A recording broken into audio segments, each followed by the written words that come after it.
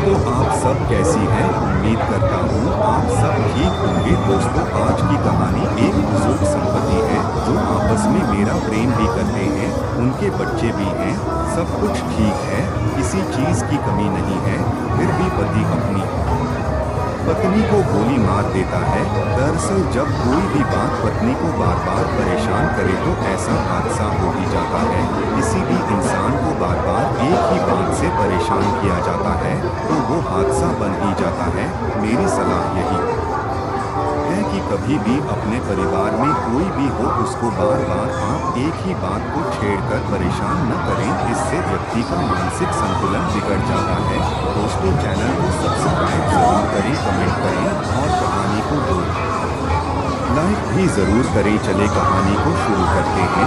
18 अक्टूबर 2017 की सुबह Mohali police control room को हैरान करने वाली सूचना दी गई कि फेज 10 के मानवमंगल स्कूल के पास एक आदमी ने अपनी पत्नी को रिवॉल्वर से 6 की 6 गोलियां मार दी हैं, जो शायद सब की सब उसके सिर में ही लगी हैं।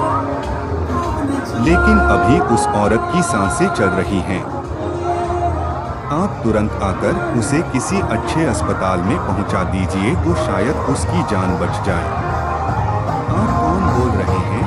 पूछा गया तो फोन करने वाले ने कहा, मैं तो राहगीर हूं। अपनी आंखों से इस दर्दनाक हादसे को देखा, इसलिए इंसानियत के नाते आपको फोन कर दिया। पर आप लोग समय बर्बाद मत कीजिए, किसी की जिंदगी का सवाल है, वह औरत मर सकती है। जल्दी आकर उस बदनसीब को बचा लीजिए। इसके बाद तुरंत पीसीआर वैन को सूचना में बताए गए पते पर भेज दिया गया। साथ ही घटना के बारे में उस इलाके के थाना फेज 2 को भी सूचना दे दी गई। फेज 2 के थाना प्रभारी इंस्पेक्टर अमरप्रीत सिंह उस समय थाने में ही थे। उन्होंने एसआई सतनाम सिंह, नरेंद्र कुमार, सतिंदर पाल सिंह, हवलदार जसवीर सिंह और निर्मल सिंह को साथ लिया और घटनास्थल की ओर चल पड़े। थाना पुलिस के पहुंचने तक पीसीआर की गाड़ी पहुंच चुकी थी। घटनास्थल पर काफी लोग इकट्ठा थे। मानवमंगल स्कूल की ओर सड़क के किनारे सिल्वर रंग की एक इंडिगो कार खड़ी थी, जिसका बाईं ओर वाला अगला दरवाजा खुला था। उसी के पास एक औरत जमीन पर पड़ी थी। उससे कुछ दूरी पर सड़क पर एक बूढ़ा लेटा था, जिसकी दोनों टांगें ऊपर की ओर थी। सिर को उसने अपने दोनों हाथों से कुछ इस तरह से सहारा दे रखा था, जैसे वह बुरी तरह से किसी मानसिक परेशानी से घिरा हो। पुलिस के आते ही वह धीरे से उठा। उसके उठते ही भीड़ में से किसी ने उसकी ओर इशारा करते हुए कहा, इंस्पेक्टर साहब, यही वह आदमी है जिसने पहले इस औरत से झगड़ा किया। उसके बाद रिवॉल्वर निकालकर उसे धड़ाधड़ गोलियां मार दी। इंस्पेक्टर अमरप्रीत सिंह ने पलटकर उस बूढ़े की ओर देखा तो वह उन्हीं की ओर आ रहा था।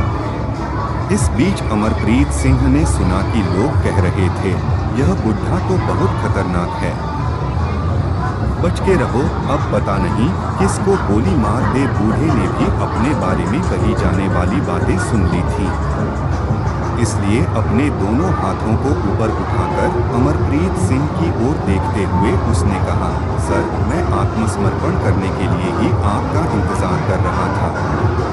मेरा खाली रिवॉल्वर कार में पड़ा है। मैंने उसकी सारी गोलियां चला दी हैं, जो शायद उसके सिर में ही लगी हैं।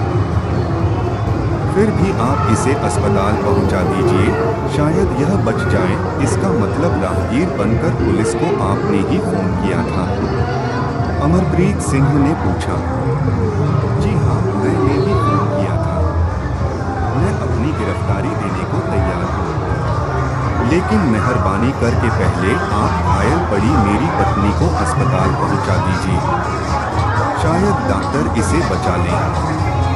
मैं इसे इस तरह मरते नहीं देख सकता। बूढ़े ने दोनों हाथ जोड़कर कहा, आप परेशान मत होइए, हम इन्हें अस्पताल ही ले जा रहे हैं। फिलहाल आप हमारी गाड़ी में बैठ जाइए। अमरप्रीत सिंह ने पुलिस की गाड़ी की ओर इशारा करके कहा। एम्बुलेंस को पहले ही देर में एम्बुलेंस आ गई। उसके बाद महिला को फोर्टिस अस्पताल ले जाया गया। डॉक्टरों ने चेकअप के बाद महिला को मृत घोषित कर दिया। इसके बाद पुलिस ने शव को कब्जे में लेकर पोस्टमार्टम के लिए सिविल अस्पताल भिजवा दिया। पत्नी को गोलियां मारने वाले उस बूढ़े को हिरासत में ले तो लिया गया था, लेकिन उसके खिलाफ कोई एफआईआर दर्ज कराने को तैयार नहीं था। बूढ़े ने ही 100 नंबर पर फोन करके पुलिस कंट्रोल रूम को घटना की सूचना दी थी। वही इस अपराध का दोषी था। वारदात में प्रयुक्त लाइसेंसी रिवॉल्वर भी कब्जे में ले ली गई थी। कोई दूसरा चारा न देख अमरप्रीत सिंह ने अपनी ओर से एक तहरीर तैयार की और एफआईआर दर्ज करवाने को हवलदार जसवीर सिंह के हाथों थाना भिजवा दिया। कुछ ही देर में थाना फेज 2 में भादंवी की धारा 302 के अलावा शस्त्र अधिनियम की धाराओं 25 और 27 के अंतर्गत निरंकार सिंह के खिलाफ एफआईआर दर्ज कर ली गई, क्योंकि उस बूढ़े का नाम निरंकार सिंह था। सारी कार्रवाई पूरी करके निरंकार सिंह और उसकी कार को कब्जे में लेकर पुलिस थाने लौट आई। थाना पहुंचते ही निरंकार सिंह की तबीयत बिगड़ने लगी। इसके बाद उनके कहने पर उनके मैनेजर अनीश शर्मा को फोन करके उनकी दवाएं मंगवाई गई। अनीश शर्मा के आने पर निरंकार सिंह ने एक साथ 10 तरह की टैबलेट्स खाई। तब कहीं जाकर उनकी स्थिति में सुधार आना शुरू हुआ। अनीश को जब इस दर्दनाक घटना के बारे में पता चला तो वह हैरान रह गए। पुलिस को उन्होंने जो बताया उसके अनुसार सुबह दोनों पीजीआई अस्पताल जाने के लिए एक साथ निकले थे। निरंकार सिंह ने हल्का नाश्ता किया था, जबकि उनकी पत्नी ने ठीक ठाक नाश्ता किया था। दोनों की बातचीत में किसी तरह का तनाव या मनमुटाव नहीं दिखाई दिया था। निरंकार सिंह जो इंडिगो कार लेकर आए थे वह उन्हीं की थी। निरंकार सिंह से पूछताछ करना आसान नहीं था। उनका मेडिकल करवाया गया तो पता चला कि वह दवाओं के सहारे जिंदगी जी रहे थे। दिल के मरीज होने के साथ साथ हाइपरटेंशन, शुगर और अन्य कई तरह की बीमारियों से वह इस तरह गंभीर रूप से ग्रस्त थे कि उन्हें अपना जीवन चलाने के लिए दिन में 3 बार 10 तरह की दवाओं को नियमित खाना पड़ता था। अगर एक भी गोली नहीं खाते थे तो उनकी तबीयत इस तरह खराब हो जाती थी कि उन्हें संभालना मुश्किल हो जाता था। जो भी था, चिकित्सीय सुविधा के साथ पुलिस ने निरंकार सिंह से मनोवैज्ञानिक तरीके से पूछताछ की। इस पूछताछ में निरंकार सिंह और उनके मैनेजर अनीश शर्मा के बयान से जो कहानी सामने आई वह एक अजीबोगरीब कहानी थी। 60 साल के निरंकार सिंह सराव का मोहाली के फेज 10 में अच्छा खासा सराव होटल था। उसी होटल के टॉप फ्लोर में वह खुद रहते थे। सन 1977 में उनकी शादी उनसे 2 साल बड़ी कुलवंत कौर से हुई थी। कुलवंत कौर अनिवासी भारतीय थी जो लंदन में रहती थी। शादी के बाद वह भारत में रहने आई तो वहाँ के मुकाबले उन्हें भारत का रहन-सहन अच्छा नहीं लगा। इसलिए कुलवंत कौर ने पति से भी इंडिया छोड़कर लंदन चलकर रहने को कहा, लेकिन निरंकार इसके लिए तैयार नहीं थे। उन्हें अपने देश में रहना ज्यादा अच्छा लगता था। उन्हें मोहाली से कुछ ज्यादा ही लगाव था। वहाँ उनका बढ़िया होटल था जो ठीक ठाक चल रहा था। कुलवंत कौर कभी लंदन चली जाती तो कभी भारत आकर पति के साथ रहती। उनके पास इंडिया और इंग्लैंड दोनों जगहों की नागरिकता थी। कभी कभी निरंकार सिंह भी इंग्लैंड चले जाते थे। जिस तरह कुलवंत कौर को इंडिया में अच्छा नहीं लगता था, उसी तरह निरंकार सिंह को इंग्लैंड में अच्छा नहीं लगता था। इसलिए वह कुछ दिनों के लिए ही इंग्लैंड जाया करते थे। इसी तरह यह सिलसिला चलता रहा। देखते देखते सालों बीत गए। इस बीच दोनों बेटी अमनप्रीत कौर और बेटे नवप्रीत सिंह के मां बाप बन गए। दोनों बच्चे लंदन में ही रह रहे थे। वहीं पर उनकी शादियां हो गई थीं। उनके भी बच्चे हो गए। लेकिन उनका लगाव पिता से कम, मां से ज्यादा था। अमनप्रीत कौर इस समय 39 साल की है तो नवप्रीत सिंह 37 साल को हो चुका है। उम्र के साथ निरंकार सिंह को कई बीमारियां हो गई थीं। उनका इलाज चंडीगढ़ के पीजीआई अस्पताल से चल रहा था। कुलवंत कौर तो पहले ही से कहती रहती थीं कि जो सुविधाएं इंग्लैंड में हैं, भारत में नहीं हैं। इधर वह पति से स्पष्ट कहने लगी थीं कि अगर उन्हें लंबा स्वस्थ जीवन जीना है तो वह अपनी सारी संपत्ति बेचकर हमेशा हमेशा के लिए इंग्लैंड चलकर बस जाएं, वरना यहाँ के अस्पतालों के आधारहीन इलाजों से वह जल्दी ही मौत के आगोश में समा जाएंगे।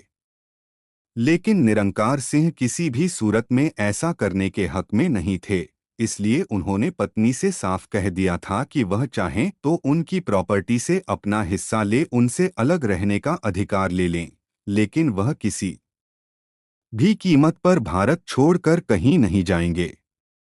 वह मरते दम तक मोहाली में ही रहेंगे। घटना से करीब 2 हफ्ते पहले ही कुलवंत कौर अकेली ही भारत आई थीं। इस बार पति को अपने साथ इंग्लैंड ले जाने के चक्कर में उन्होंने भारत और इंग्लैंड के बीच बराबर तुलना करती रहीं। उस दिन कार में जाते समय भी वह वही सब कहती रहीं। पीछे से अगर कोई हॉर्न बजाता तो कुलवंत कौर कहती, इंग्लैंड में ऐसा नहीं होता। होटल मैनेजर अनीश शर्मा ने पुलिस को जो बताया, उसके अनुसार निरंकार सिंह उस दिन चेकअप के लिए पीजीआई अस्पताल जा रहे थे। वह सुबह 9 बजे ही तैयार हो गए थे। उनके पास .32 बोर का लाइसेंसी रिवॉल्वर था, जिसे उन्होंने अपने पास रख लिया था। निरंकार सिंह के पास BMW कार थी, लेकिन उस दिन उन्होंने अपनी कार सर्विस के लिए भिजवाने के लिए अनीश शर्मा को बोलकर उनकी इंडिगो कार ले ली थी। नाश्ता वगैरह करके वह पत्नी को साथ लेकर कार को खुद चलाते हुए होटल से निकल पड़े थे। इसके बाद जो कुछ हुआ उसके बारे में निरंकार ने पुलिस को बताया। कार में बैठते ही कुलवंत ने हमेशा की तरह इंग्लैंड चलने को लेकर मेरा दिमाग चाटना शुरू कर दिया। उनका कहना था कि इंडिया के घटिया अस्पतालों में इलाज करवाकर मैं अपनी मौत को क्यों बुला रहा हूं।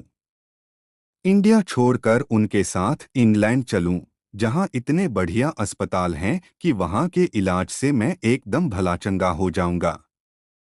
इसके बाद एक लंबी सांस लेकर उन्होंने आगे कहा, कुछ ही देर में मुझे पत्नी की इस बकबक पर ऐसा गुस्सा आया कि मैंने कार को सड़क किनारे खड़ी की और कुलवंत कुछ समझ पाती उसके पहले ही अपना रिवॉल्वर निकाला और छहों की छहों गोलियां उस पर दाग दीं। इसके बाद अचानक मुझे पछतावा हुआ। मैं कार से निकलकर दूसरी तरफ आया। कार का दरवाजा खोलते ही वह सड़क पर गिर गई। उसकी सांसें अभी चल रही थीं। मैंने अपना परिचय छिपाते हुए 100 नंबर पर फोन कर दिया। पूछताछ के बाद पुलिस ने 19 अक्टूबर 2017 को निरंकार सिंह को अदालत में पेश किया, जहां से उन्हें न्यायिक हिरासत में जेल भेज दिया गया। 28 नवंबर को विदेश से उनके बेटे बेटी ने मोहाली पुलिस को ईमेल भेजा है कि उनके सन की पापा को मां से कभी प्यार नहीं था। यह सोची समझी साजिश के तहत की गई हत्या थी। इसके लिए उनके पिता को सख्त से सख्त सजा दिलाई जाए। बहरहाल इस मामले में अभी भी चर्चा चल रही है कि आखिर किसकी सोच गलत थी और किसकी सही। इसका फैसला अब शायद ही हो पाए। जो भी हुआ अच्छा नहीं हुआ, मगर कभी कभी इंसान के दिमाग में शैतान घर कर बैठता है जो ऐसा काम करने पर मजबूर कर देता है। उम्मीद करता हूं कि आपको कहानी पसंद आएगी, तो चैनल को सब्सक्राइब करें और लाइक कमेंट करें। कल फिर एक नई कहानी के साथ मिलते हैं। धन्यवाद।